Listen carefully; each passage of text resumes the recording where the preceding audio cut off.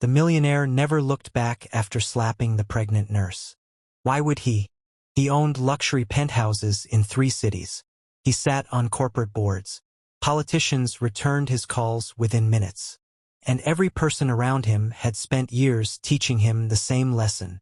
There were no consequences for men like him. So when security escorted the nurse out of the hospital instead of escorting him out, he smiled.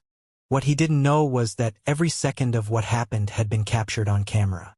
And somewhere across the city, a man was watching that footage over and over again.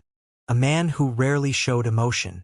A man whose name was spoken in boardrooms with respect and in private conversations with caution. Within 72 hours, the millionaire would lose everything. His company, his reputation, his fortune, and the most terrifying part? The man responsible never threatened him once. But before we dive deeper, let us know in the comments where you're watching from. We'd love to hear from you. And don't forget to hit that subscribe button so you never miss any of our upcoming videos. Emily Carter had spent 12 years taking care of other people. At 34 years old, she was one of the most respected nurses at St. Matthew's Medical Center. Patients requested her by name. Families trusted her. Doctors relied on her. And despite being 7 months pregnant, she still volunteered to cover extra shifts whenever the hospital was short-staffed. That Tuesday morning started like hundreds of others. Emily arrived just before 6 o'clock. The sky was still dark. The parking lot lights reflected off damp pavement. Inside the hospital, she greeted the night staff, reviewed patient charts, and started preparing for another busy day. Her feet already hurt. Pregnancy had made every shift harder. But she never complained, because that was who Emily was. The kind of person who carried extra weight without asking others to carry it for her. At 7:30, she checked on Mr. Reynolds, an elderly patient recovering from heart surgery. At 8:15, she comforted a frightened woman waiting for test results. At 9, she helped a younger nurse insert an 4 after 2 failed attempts. Everywhere she went, people relaxed. Emily had that effect on people. What nobody knew was that the past few years had been incredibly difficult. 3 years earlier, her husband Daniel had died in a highway accident. One moment he had been driving home from work. The next he was gone. Emily had survived that grief one day at a time. Then, against all odds, she discovered she was pregnant shortly before his death. Their daughter would never meet her father. But Emily promised herself she would give the little girl a life filled with love. That promise kept her moving forward. It was almost noon when everything changed. A black luxury SUV pulled up directly in front of the hospital entrance. Valets rushed forward. The driver's door opened, and out stepped Richard Blackwell. Richard was 48 years old and worth nearly $1 billion. He owned a technology empire that stretched across the country. Financial magazines called him brilliant. Business networks called him visionary. Former employees called him something else entirely. Arrogant, demanding, cruel. Richard believed money solved every problem. And when money didn't work, intimidation usually did. That morning he had suffered what most people would consider a minor inconvenience. A small cut on his hand from a shattered wine glass. The injury barely required a bandage. But Richard wasn't interested in waiting in an emergency room with ordinary people. So he marched directly toward the intensive care wing. His assistant hurried behind him. "Sir," the assistant said nervously, "they may ask us to go through emergency admissions." Richard didn't even slow down. "They'll do what I tell them to do." Inside the ICU, nurses moved quickly between patient rooms. Machines beeped steadily. Families sat quietly beside loved ones. Lives hung in delicate balance. Then the doors burst open. Heads turned immediately. Richard strode into the hallway like he owned the building. "I need a doctor," he announced loudly. A young resident approached. "Sir, this area is restricted." Richard looked him up and down. "Did I ask for your opinion?"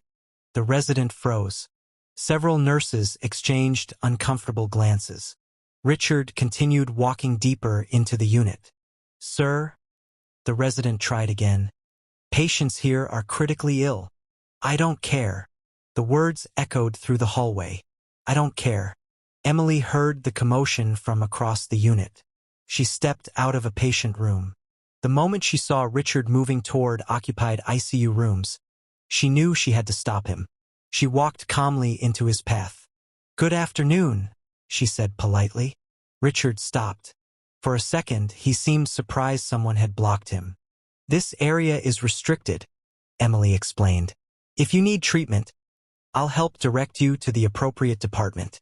Richard stared at her, then at her scrubs, then at her pregnant stomach. His expression changed. Not concern, not respect, dismissal. "Move." Emily didn't move. "Sir, patients here are recovering from major procedures." "I said move." "I'm sorry. I can't do that." The hallway became silent. Everyone sensed something bad was about to happen. Richard stepped closer. Emily kept her voice calm. "No, sir. I'm Richard Blackwell." She nodded politely. "Okay." The answer caught him off guard. Usually people reacted differently. Usually they became nervous. Usually they rushed to please him. Emily simply stood there. "That name means nothing to you?" "It doesn't change hospital policy." A few nurses exchanged nervous looks. Richard's face reddened. "I've donated millions to healthcare organizations." "That's generous." "Generous?" he snapped. "It means people like you should show a little respect." Emily folded her hands. Respect goes both ways. The hallway grew even quieter. Richard wasn't used to resistance, especially from someone he considered beneath him. "You work for this hospital?" "Yes." "I could have your job."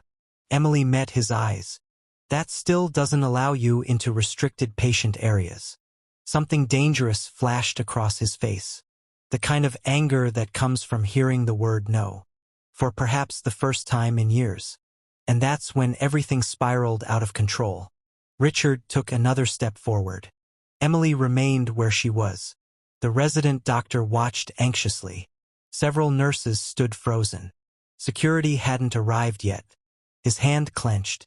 Then, in one shocking moment, he raised his arm and struck her. The sound echoed through the ICU. Emily stumbled sideways.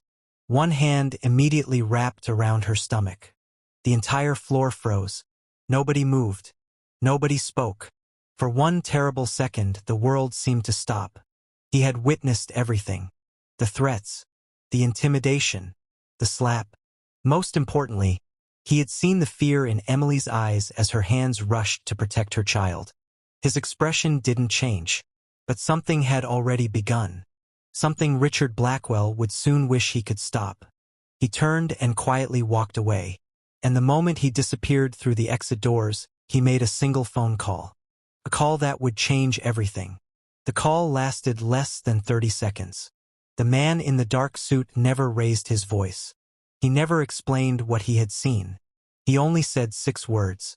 "Get me everything on Richard Blackwell." Then he ended the call. Back inside the ICU, chaos had erupted. Nurses rushed toward Emily. Someone called for security. Another nurse checked her blood pressure. A doctor examined her face. The red mark on her cheek was already beginning to darken. But Emily wasn't thinking about herself. Her hands remained wrapped around her stomach. "Is my baby okay?" she whispered. The doctor nodded carefully. "We need to monitor you, but right now everything looks stable." Tears filled Emily's eyes. Not from pain, from relief. For a brief moment she allowed herself to breathe. Then another voice shattered the silence. "Richard Blackwell. What is taking so long?" he demanded. Several nurses stared at him in disbelief. A pregnant woman had just been assaulted. And somehow he was still making demands. Security finally arrived. 2 officers hurried down the hallway. One approached Richard. The other approached Emily. But before either could speak, another figure entered the ICU. Dr. Michael Thornton, Chief Executive Officer of St. Matthew's Medical Center, the highest-ranking administrator in the hospital. The moment Richard saw him, a smile appeared on his face. The moment Emily saw him, a knot formed in her stomach, because she recognized that smile. It was the smile powerful people wore when they already knew how the story would end. Thornton moved quickly toward Richard. "Mr. Blackwell." His voice was warm, friendly, respectful, far more respectful than it had ever been toward most hospital employees. Richard straightened his expensive jacket. This nurse became aggressive. Emily blinked. Aggressive? She hadn't raised her voice, hadn't touched him, hadn't even taken a step toward him. Yet Richard delivered the lie with complete confidence. Thornton nodded slowly. "I understand." Emily waited. Surely he would ask witnesses what happened. Surely he would review security footage. Surely he would notice the handprint on her face. Instead, he turned toward her. "Emily, please come with me." Her heart sank. The conference room felt cold. Thornton sat across from her. Human resources sat beside him. Nobody offered her water. Nobody asked if she needed medical attention. Nobody asked how the baby was doing. Thornton folded his hands. "Emily, after reviewing the situation." "You haven't reviewed anything." The words slipped out before she could stop them. Thornton looked annoyed. "Mr. Blackwell is a highly respected member of our donor community." Emily stared at him. There it was. The truth. Not justice. Not facts. Money. She suddenly understood exactly what was happening. "You've already made your decision." Thornton looked away briefly. That was answer enough. "Your employment is being terminated effective immediately." The words hit harder than the slap. 12 years. 12 years of service. Just like that. Emily sat motionless. The room blurred slightly. She thought about the mortgage, the medical bills, the nursery she was still preparing, the daughter who would arrive in less than 2 months. "You're firing me because I followed hospital policy?" Thornton didn't answer directly. Instead, he slid a document across the table. "Security will escort you to collect your belongings." The meeting was over. Emily walked out carrying a cardboard box. Inside were family photographs, a coffee mug from a former patient, a tiny pair of pink baby shoes someone had given her during a staff baby shower. Coworkers watched from nursing stations. Some looked ashamed. Some looked angry. Most looked afraid. Nobody spoke, because everyone knew what had happened. And everyone knew speaking up could cost them their jobs too. Outside, rain had begun to fall. Emily sat in her car for nearly 20 minutes, unable to start the engine, unable to think, unable to understand how her life had changed so completely in a single afternoon. Finally, she drove home. She never noticed the black sedan following several cars behind. Inside that sedan sat the same man from the hospital hallway. His name was Alexander Kane, and for the past 20 years, he had avoided public attention at all costs. Most Americans had never heard his name, yet thousands of businesses depended on companies he secretly owned. His investment firm controlled billions in assets. His influence reached boardrooms, banks, and political offices across the country. But none of that mattered to him right now, because Emily Carter wasn't just a nurse. She was his younger sister, not by blood, by choice. When they were children, both had spent years in the foster care system. Different homes, different hardships, different scars. Eventually, they ended up under the care of the same foster family. And from that day forward, Alexander considered Emily family. Real family, the kind you protect, the kind you never abandon. Years earlier, Emily had asked him for something. A normal life. She didn't want his money. She didn't want his connections. She wanted to build her own future. He kept his distance, supported her quietly when necessary, and stayed out of her world. Until now. Until someone had put their hands on her. That evening, Alexander sat alone in his office. Floor-to-ceiling windows overlooked the city skyline. On the screen before him played the ICU footage. Again, and again, and again. Each viewing revealed another detail. The shove, the threats, the intimidation, the slap. The way Emily immediately protected her unborn child. Alexander paused the video. His face remained calm. But anyone who truly knew him would have recognized the danger in that calm. A knock sounded at his office door. His chief legal officer entered. "You asked for a report." Alexander nodded. The attorney placed a thick folder on the desk. "Richard Blackwell isn't nearly as clean as people think." Alexander opened it. The deeper he read, the darker his expression became. Financial irregularities, questionable acquisitions, intimidation complaints, settlements, witnesses who suddenly stopped talking, patterns, years of patterns. Interesting, very interesting. Meanwhile, Richard Blackwell was celebrating. He sat inside an exclusive private club downtown. A glass of expensive whiskey rested in front of him. Several executives laughed at his stories. Richard enjoyed being the center of attention. Especially tonight. "She actually thought she could tell me no." The table erupted in laughter. One executive shook his head. "Some people don't know their place." Richard smiled. "Exactly. That was the problem. People forgetting their place." Across the room, a television silently displayed financial news. Nobody noticed when a small red arrow appeared beside Richard's company stock. Nobody noticed it begin to fall. And nobody noticed the first email arriving in investor inboxes across the country.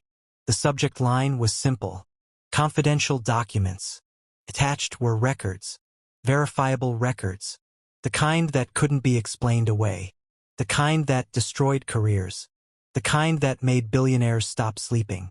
Richard's phone vibrated. He ignored it.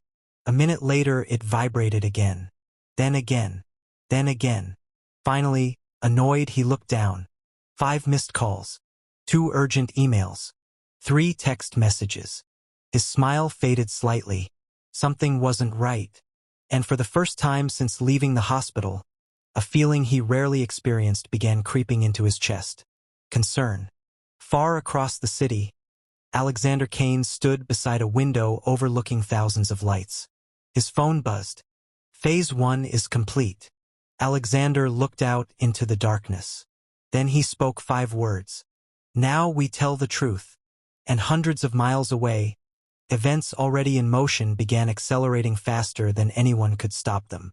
The next morning, Richard Blackwell woke up to 17 missed calls. At first, he wasn't concerned. People always needed something from him. Investors, executives, lawyers, journalists. That was simply the price of success. But when he checked his messages, his confidence began to crack. Call me immediately. We have a serious problem. The board is requesting an emergency meeting. Richard, where are you? His stomach tightened. Then he opened the financial news. The headline was waiting for him. Blackwell Technologies under investigation after document leaks. Richard sat upright. His heart pounded. No, this wasn't possible. He clicked the article. The leaked records were real. Internal communications, financial transfers, hidden agreements, documents only a handful of people had ever seen. The information spread faster than wildfire. Investors began selling shares. News channels picked up the story. Business analysts questioned the company's leadership. By noon, the stock had lost nearly 20% of its value. Billions had vanished.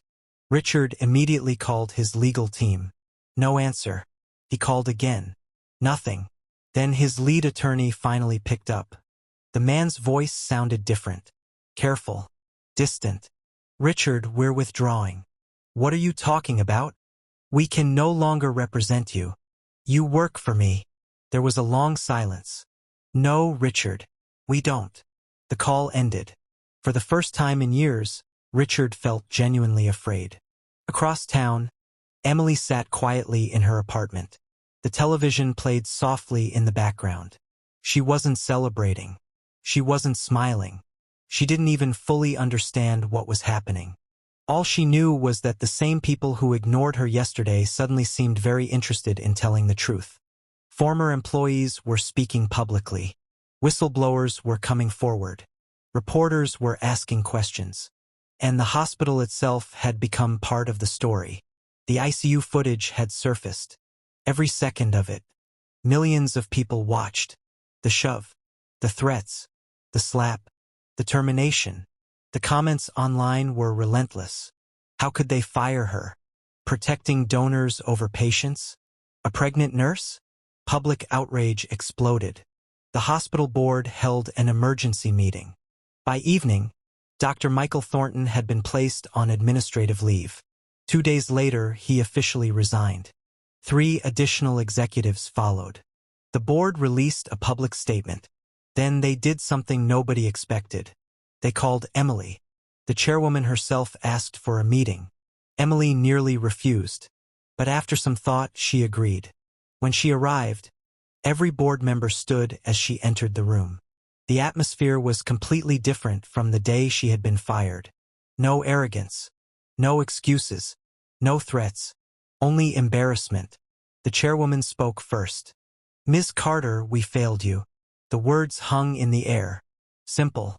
Direct. Honest. Emily listened quietly. "We failed our patients.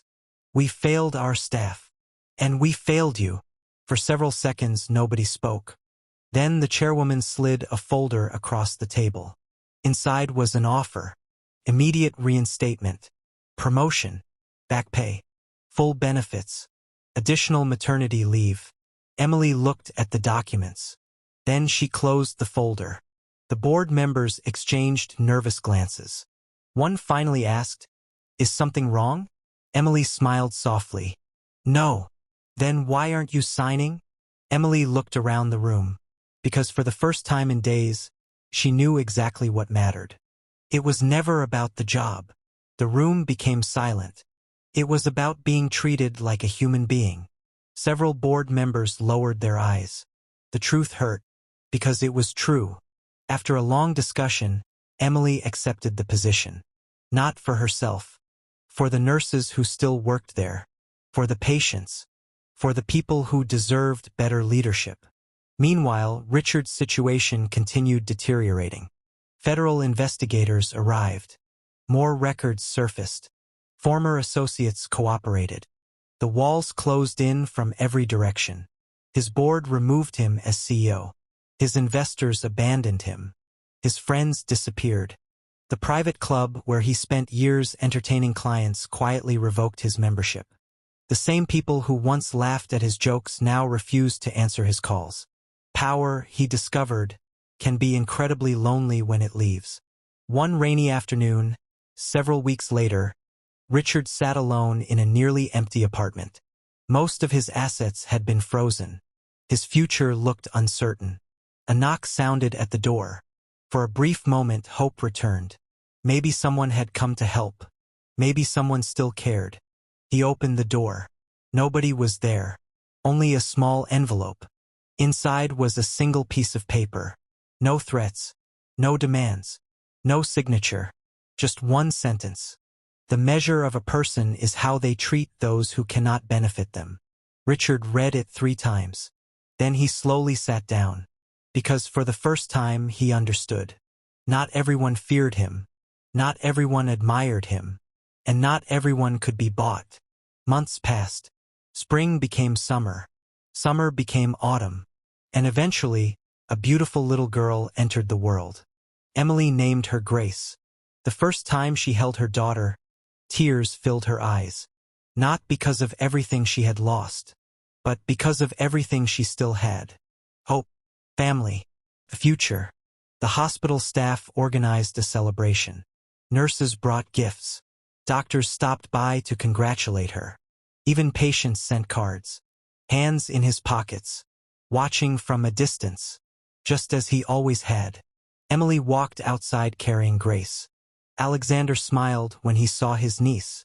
The tough businessman who intimidated executives suddenly looked like an ordinary uncle. Emily sat beside him on a bench. For several moments they simply watched the sunset. Finally, she spoke. "You did all this, didn't you?" Alexander looked toward the horizon. "I told the truth." Emily laughed softly. "Only the truth?" A rare smile appeared on his face. The truth was enough. For a while neither spoke. The evening air felt peaceful, calm. The storm was finally over. Then Emily looked at him. There was something I never asked. Alexander raised an eyebrow. What? When you saw what happened in that hallway, were you angry? Alexander thought for a moment. Then he looked down at his sleeping niece and answered honestly, no. Emily looked surprised. No? He shook his head. I was disappointed. What's the difference? Alexander smiled. Anger makes people reckless. His eyes drifted toward Grace. Disappointment makes them careful. Emily understood. The people who hurt others often expect revenge. They prepare for revenge. What they never expect is accountability. And accountability is usually much harder to escape. As the sun disappeared below the horizon, Emily kissed her daughter's forehead. Alexander stood. I should go. Emily smiled. Thanks for being there. His expression softened. Always. Then he walked away. No dramatic speech. No grand exit. Just a brother keeping a promise he made years ago. To protect his family. Emily watched him disappear into the evening crowd. Then she looked down at Grace, completely unaware of everything that had happened before she arrived. And maybe that was the greatest victory of all. The powerful man lost his fortune. The dishonest leaders lost their positions. The truth finally came to light. But in the end, the story was never really about revenge. It was about dignity. It was about courage. And it was about a nurse who refused to abandon her principles, even when it cost her everything. Because sometimes the strongest people aren't the loudest people in the room. They're the ones who quietly stand their ground when everyone else steps aside. And sooner or later, the world notices.